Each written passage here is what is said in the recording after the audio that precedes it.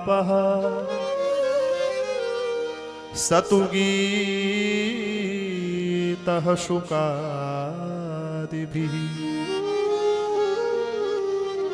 हे नारद जी, आप जाकर के ज्ञान और वैराग्य को, भक्ति को भगवान श्री शुकाचार्य जी के मुख से गाया हुआ सुंदर जो गीत है श्रीमद् भागवत का गीत, उसको आप सुनाइए। हम गारंटी देते हैं, गारंटी लेते हैं, अगर आपने भागवतालाप का सुंदर गायन किया, भागवत का सुंदर गीत आपने सुनाया, कौन सा गीत, मनमर्जी का गीत नहीं। जैसे आजकल भागवत के नाम पर लोग बहुत अच्छे अच्छे गीत सुना देते हैं, बोलो राधे राधे, मनमर्जी का गीत नहीं। शतुगीतः शुकादिभिः, सुखदेव जैसे परमहंसों ने अपने श्री मुख से जिस गीत को गाया है, जो भागवत में लिखा है, उस गीत को प्रामाणिक रूप से आप सुनिए, सुनाइए, उस गीत को गाइए। गारंटी की बात है, ज्ञान वैराग्य स्वस्थ हो जाए, भक्ति प्रसन्न हो जाए। नारद जी ने पहले तो यहाँ पर थोड़ा संशय किया है कि मैंने वेद वेदांत सुनाए हैं, तो फिर भागवत के सुनाने से कैसे वो स्वस्थ होंगे।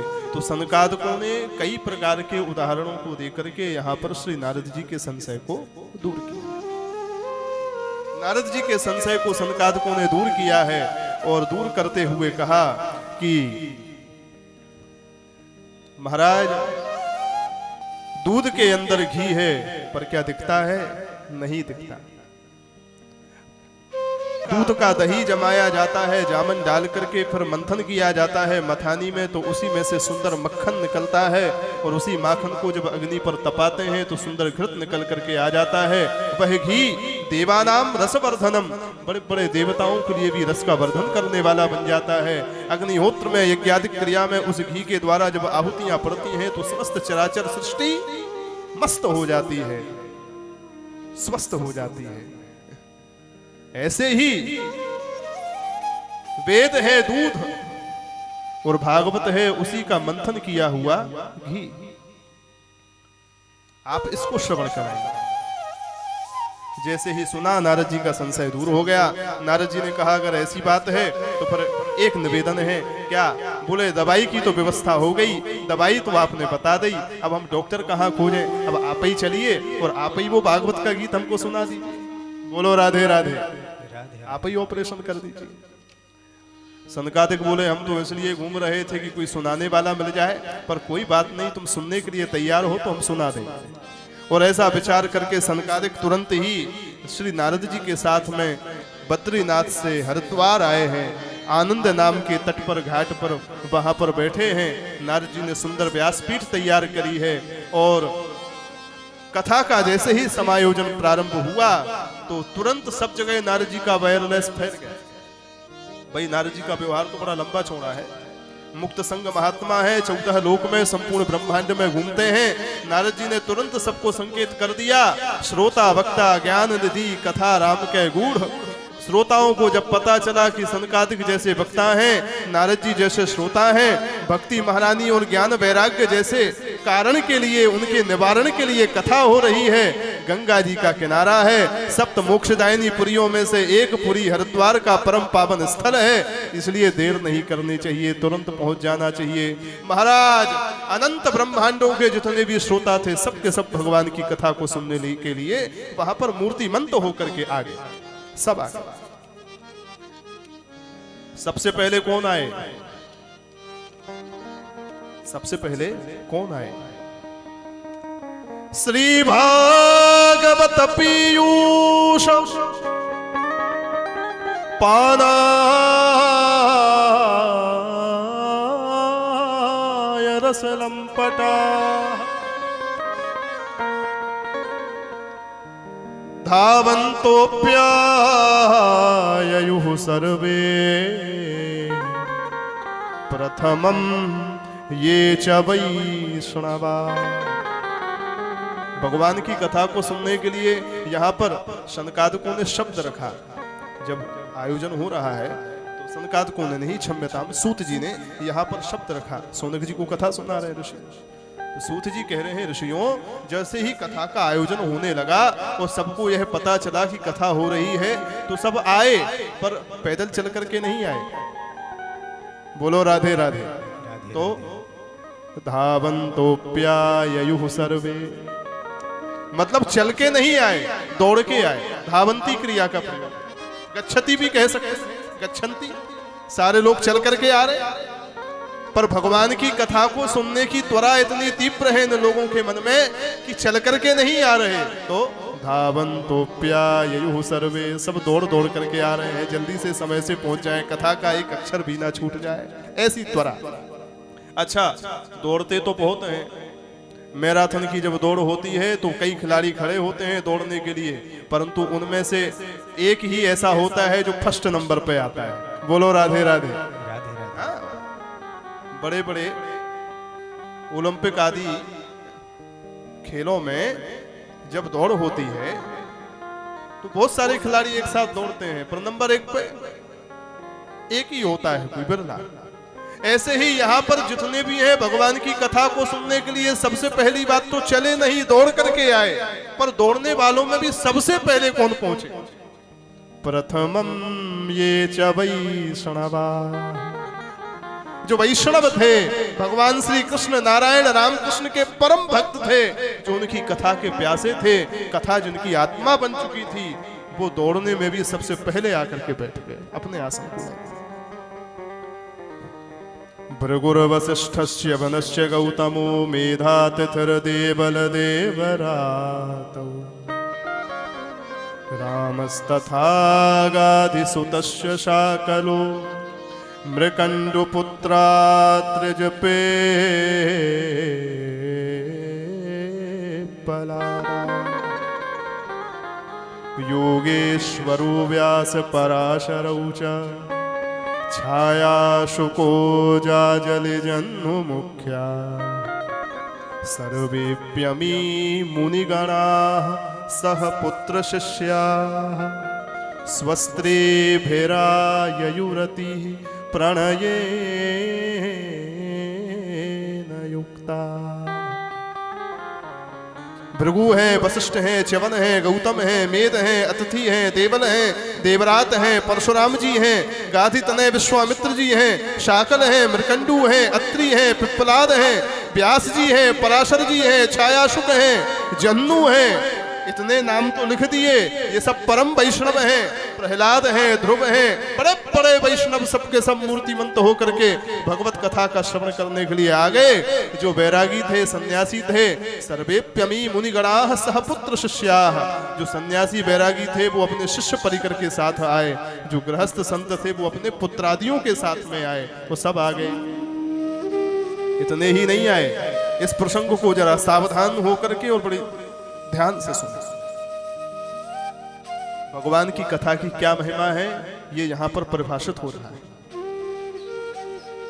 आप ये ना सोचें कि भगवान की कथा को सुनने के लिए हम ही बैठे, हम चेतगंज से आ गए और हम जो है अब ज्यादा स्थल के तो हमको यहां पर ज्ञान नहीं है।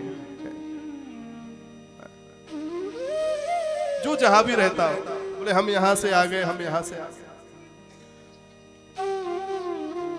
आप आए अच्छी बात है, पर इतना ध्यान रखें कि केवल आप ही यहाँ बैठ करके कथा नहीं सुन रहे हैं। भगवान की जहाँ कथा होती है वहाँ जो लोग दिखते हैं वो तो बैठे ही रहते हैं, पर कितने लोग ऐसे होते हैं जो बैठे तो रहते हैं पर दिखते नहीं, वो भी कथा सुनने आते हैं, क्योंकि कथा सबके लिए। सकल लोक जग पावनी गंगा, इस समस्त जगत को पवित्र करने वाली गंगा है, सबके लिए। सब आ गए, ये सारे वैष्णव कथा सुनने आते हैं। और कौन आ गए? वेदांतानि च वेदाश्च मंत्राः तंत्राः समूर्तयः। सूत जी कह रहे हैं ऋषियों, सनकादिक जब कथा सुनाने के लिए बैठे तो वेदांतानि च वेदाश्च, चारों वेद मूर्तिमंत होकर के कथा सुनने पधारे। ऋग यजुः साम अथर्व चारों आ गए। वेदांतानि, वो जितने भी वेदांत हैं, उपनिषद हैं, वेदों के अंतिम भाग हैं, वो कठोपनिषद आदि जितने भी उपनिषद हैं, वो समस्त ईशादि उपनिषद कथा सुनने के लिए मूर्तिमंत होकर के विराजमान। वेद बैठे हैं, वेदांत बैठे हैं, और मंत्राः तंत्राः समूर्तयः, वेदों के अंदर जितने भी मंत्र हैं, वो वेद के एक एक मंत्र भी मूर्तिमंत होकर के, यहां स्पष्ट शब्द का है समूर्तयः। हर मंत्र की अपनी अपनी मूर्ति है, हर वेद की अपनी अपनी मूर्ति है। इनको आप केवल अक्षर मात्र ना समझें, अक्षर भी ब्रह्म है। शब्द ब्रह्म पर ब्रह्म ममोभे शाश्वती तन, भगवान ने भागवत में कहा। परब्रह्म श्री कृष्ण की कथा हम सुन रहे हैं। कैसे सुन रहे हैं? शब्द ब्रह्म के रूप में सुन रहे हैं। कल की कथा में हमने कहा था, तेनेयम वाङ्मयी मूर्ति प्रत्यक्षा वर्तते हरे, ये शब्दमयी मूर्ति है, वाणीमयी मूर्ति है। भगवान की कथा में हम भगवान को ही सुन रहे हैं, और भगवान की कथा में भगवान को ही सुन करके हम अपने हृदय में भगवान को ही स्थापित कर रहे हैं। हृदय में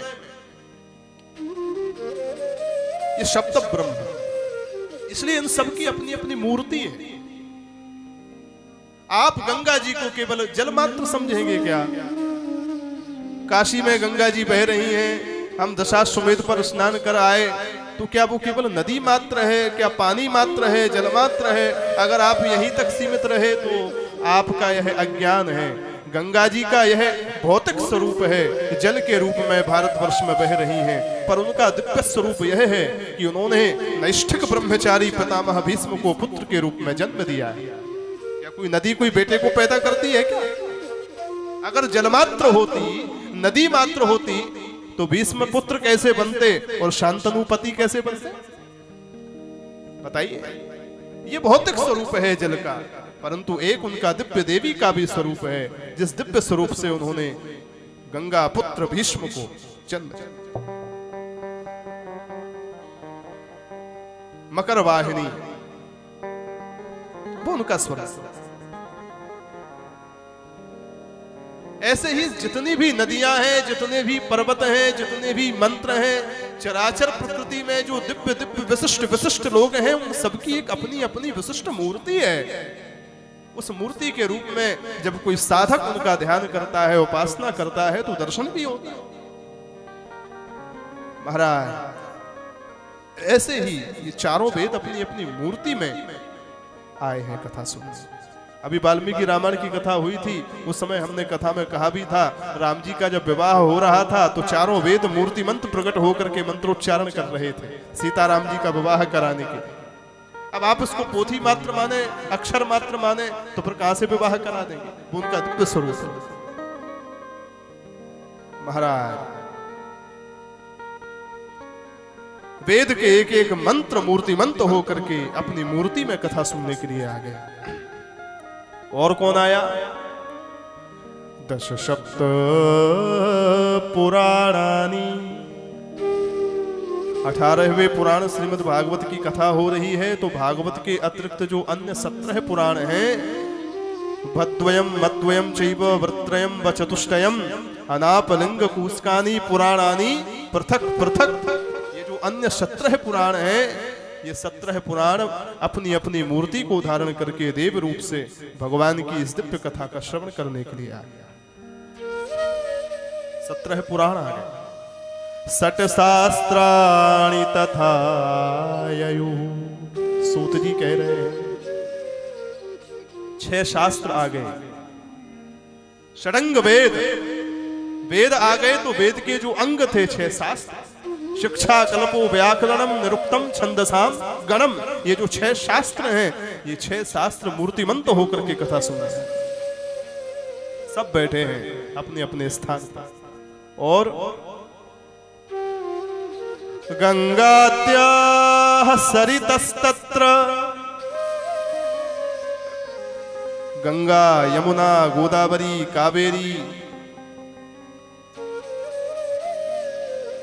चर्मणवती, भारतवर्ष की जितनी भी दिव्य दिव्य नदियां हैं वो समस्त प्रकार की नदियां नर्मदा आदि कथा सुनने के लिए आ गई, मूर्तिमती हो गई। गंगा जी यहां है, अगर कोई महापुरुष आवाहन करके भाव से बुलावे तो आती। गंगाद्याः सरतस्ते, कथा सुनने। पुष्करादि बनानी च, पुष्कर आदि जो सर हैं, सरोवर हैं, वो समस्त दिव्य दिव्य सरोवर मूर्तिमंत होकर के कथा सुनने आ गए। क्षेत्राणि च दिशः सर्वा दंडकादि बनानी च। सूत जी कह रहे हैं दंडक आदि जितने भी वन हैं वो समस्त वन कथा सुनने के लिए आ गए। और एक विचित्र बात और भी आए, कौन? नगादयो ययुस्तत्र देवगंधर्वदानवा। नग आ गए, नगम पर्वतम, नग नाम है पर्वतों का। पर्वतों को नग कहा जाता है। पर्वतों को नग क्यों कहते हैं? बोले जो चल नहीं सकते, अचल रहते हैं एक स्थान पर, वो नग अर्थात पर्वत। पर्वत कभी चलते फिरते देखे आप? वैसे एक जमाना था कि पर्वत भी उड़ा करते थे। बोलो राधे राधे। इन पर्वतों के पंख होते थे महाराज, ये उड़ते थे। अब पर्वत यदि उड़ने लग जाए हवाई जहाज की तरह तो कितनी समस्या पैदा हो जाएगी। सवेरे सवेरे आप अपने कमरे से बाहर निकले, आंख ऐसे मूड़ रहे थे और सामने देखा तो बहुत बड़ा पहाड़ रखा है घर के बाहर। बोलो राधे राधे। तो क्या हाल होगा? सारा समस्या एकदम उत्पन्न हो जाएगी भाई। इसलिए भगवान ने सृष्टि की सुरक्षा के लिए पर्वतों के पंखों को काट करके पर्वतों को एक जगह स्थिर करवा दिया। पृथु महाराज के द्वारा तो सब उठवा करके उत्तराखंड ही में रखवाए दिए, परवारे यहीं रहो। बोलो राधे राधे। तो कहने का भाव कि पर्वत कहीं चलते नहीं, स्थिर रहते हैं, नाम है नग। ऐसे कभी चलने फिरने वाले जो पर्वत हैं, जो कभी चलते फिरते नहीं हैं, ऐसे जो पर्वत हैं वो नग पर्वत भी आज भागवत की कथा को सुनने के लिए पैरों को धारण करके दौड़ करके आएगा। बोलो राधे राधे। वो भी आ गया। कथा सो सकल लोक हितकारी। ये भगवान की कथा केवल मनुष्य मात्र के लिए थोड़ा ही है, ये तो समस्त लोकों के कल्याण के लिए। इसलिए लोक में रहने वाले जितने प्रकार के जीव हैं सब आते हैं, देव गंधर्व सब आ गए। कुछ लोग ऐसे भी थे जो नहीं आए। वो कौन थे? बोले वो थे अभिमानी। कुछ अभिमानी ऐसे थे जो अपने अभिमान के कारण कथा सुनने के लिए नहीं आए, तो वो भी परपाटी बना दी। सूत जी कह रहे हैं बड़े बड़े ऋषि मुनि, बड़े बड़े वेदों के मंत्र, चारों वेद, उपनिषद, पुष्करादि वन, पुष्करादि सरोवर, दंडक आदि वन, 17 पुराण, बड़े बड़े पर्वत, सब कथा सुनने के लिए आ गए। गंगा आदि नदियां आ गईं, पर कुछ लोग ऐसे थे जो नहीं आए। महात्मा बड़े दयालु होते हैं, बड़े कृपालु होते हैं। उन महात्माओं की पंक्ति में ही एक भृगु ऋषि बैठे थे। भृगु जी ने कहा ओह कुछ लोग अभी भी नहीं आए। क्यों नहीं आए? बोले अभिमान के कारण नहीं आए। तो भृगु जी बोले कोई बात नहीं, भगवान की कथा तो सबका कल्याण करती है। मैं हाथ जोड़ जोड़ करके उनको बुला लाता हूँ। अगर मेरी विनम्रता पर रीझ करके कथा सुनने आ जाएंगे तो कल्याण उनका हो जाएगा, कुछ कुछ परसेंट उनका हमको भी मिल जाएगा। बोलो राधे राधे। इसलिए गुरुत्वात् तत्र नायातान भृगु संभोत्य चानयत। सूत जी कहते हैं जो गुरुत्व के कारण, माने अपने अभिमान के कारण नहीं आ रहे थे, भृगु जी जाकर के हाथ जोड़ जोड़ करके बुला करके ले आए। भैया पानी में मीन प्यासी, मुझे सुन सुन लागे हासी, जल बिच मीन मीन बिच जल है, फिर भी रहत प्यासी। इससे बड़ा आश्चर्य क्या होगा? गंगा जी के किनारे सुंदर भगवान की कथा गंगा प्रवाहित हो रही है, तुम अभिमान के कारण नहीं चल रहे। अरे कल्याण हो जाएगा, चल। तो वो भी आएगा। सब आ गए और कथा प्रारंभ हो गई। प्रारंभ कहां से हुआ? सनकादिकों ने जैसे ही मंगलाचरण प्रारंभ किया, श्रोताओं ने बढ़िया बढ़िया शंख बजाना चालू कर दिया, जय जयकार की ध्वनि प्रारंभ कर दी। बोलो भागवत भगवान की जय। जय शब्दो नमः शब्दः शंख शब्दस्तथैव च। जय जयकार हो रही है, शंख बज रहे हैं, और ऐसे दिव्य वातावरण में श्री शनकादिकों ने भागवत जी के महात्म की कथा को प्रारंभ किया। देवता लोग भी आ गए, पर नीचे आकर के बैठ करके सुनने की हिम्मत नहीं पड़ी, क्योंकि परीक्षित जी ने डांटा था, सो वो भय भरा पड़ा था। बोलो राधे राधे। कल की कथा में हमने सुनाई थी कथा,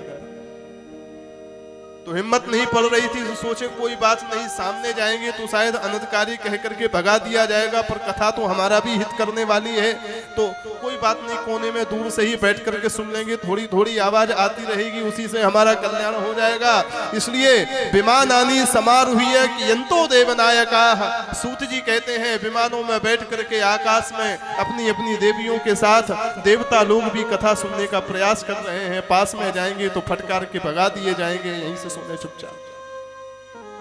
कल्प वृक्ष प्रसूनैस्तान सर्वां तत्र समाकिरन्। पारिजात पुष्पों की कल्प वृक्ष के प्रसूनों की वृष्टि कर रहे हैं श्रोता के ऊपर, वक्ता के। महात्म की कथा प्रारंभ हुई।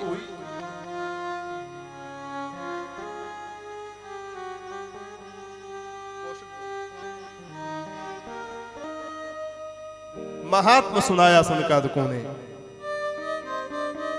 और सनकादिकों ने महात्म सुनाते हुए कहा, ऋषियों ये भागवत की महिमा क्या है?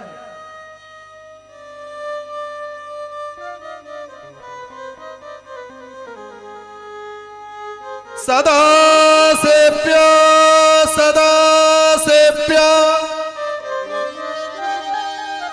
श्रीमद् भागवती कथा यस्याः श्रवण मात्रेण हरिश्चित्तम् समाश्रये।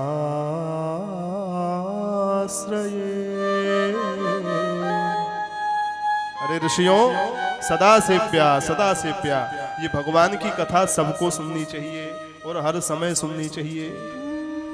सदा से प्या, सदा से। इसके लिए दिन मुहूर्त का कोई नियम नहीं। दिनानाम नियमो नास्ति सर्वदा श्रवणम मतम।